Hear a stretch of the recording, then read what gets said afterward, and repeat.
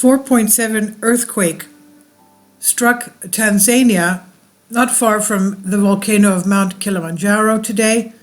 We know that this is along the Transjordanian fault, and we did see the Transjordanian fault northern section with the very strong massive earthquakes in Turkey. We saw one in Israel a few days ago.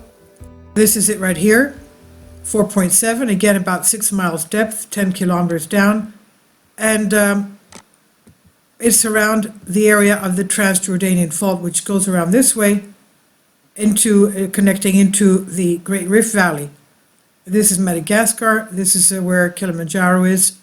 We've also had the Israeli earthquake. You'll see the video before this one, and a Syria earthquake as well. So you can see that the pressure goes from the north tip of the Transjordanian fault, traveling this way, also up above it, but also traveling down, and it even hit this area here.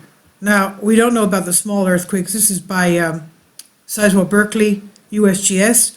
We know that they don't plot all earthquakes in these countries. We don't know if there was more in this area, but this is a big one, 4.7. And going back to 2 people reported feeling it. Okay, and this is the area right there. Some islands off that area. Where's Madagascar? Okay, Madagascar, as we know, also sloughed off Eastern Africa at one point. There's Madagascar right there. Okay, and going to this beautiful image of it, that's the Kilamanjaro volcano right there.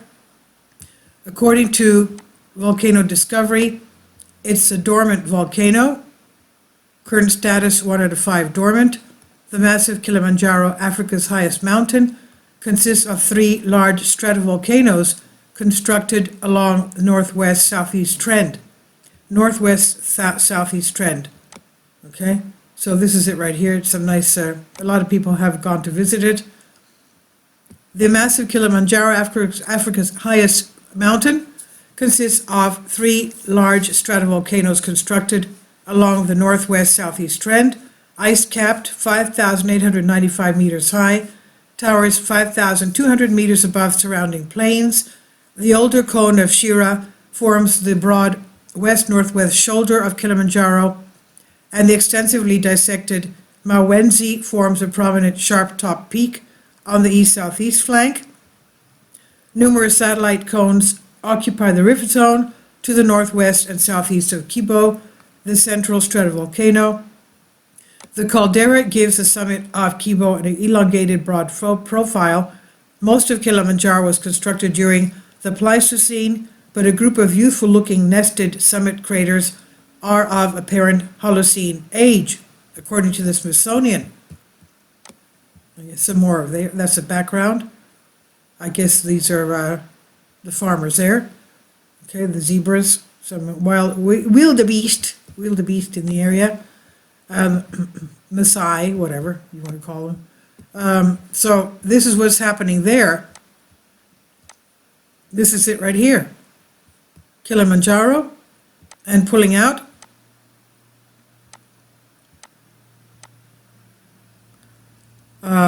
Farmers right there. We can see some farmland right there. Look at this. And we do have rivers. Okay, rivers flowing out.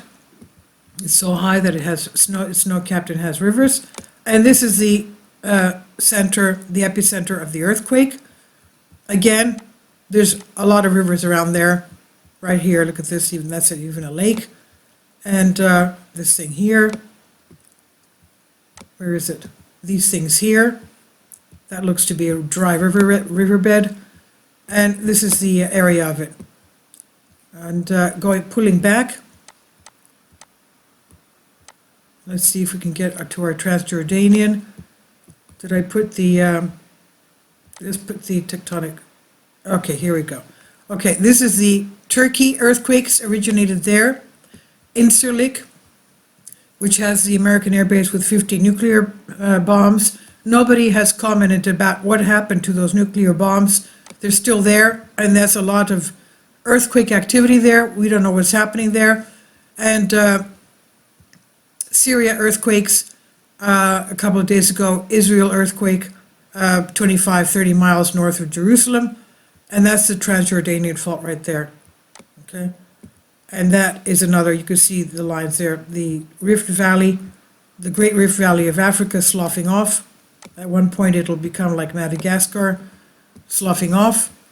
And woe if that happens, because that's where the Nile River comes from. The Nile River comes from that area. I'm not a geologist, but I did trace it back, and that's where it comes from.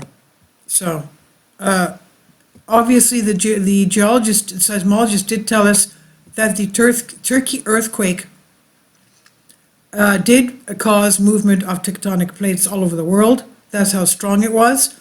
And this is, of course, a fault line which is not far from the head of the Transjordanian fault. And as we know, we've seen from the west coast of the US, on the San Andreas, a lot of times the earthquakes on Vancouver, which is like a ship, it moves a lot. The Vancouver earthquakes do give rise to ridge-crest earthquakes in the south of the San Andreas area. So this is what's happening there, a lot of earthquake activity, and this one is thousands of miles off of the tip of the Transjordanian fault. Please leave your comments, and thank you for your support. Kindly support my Patreon account. The daily posts are 5 videos daily, and they are totally different from what I have on my YouTube channel. Thank you so much for your support, and that you find all my content so interesting. You'll find the Patreon account details in the description box.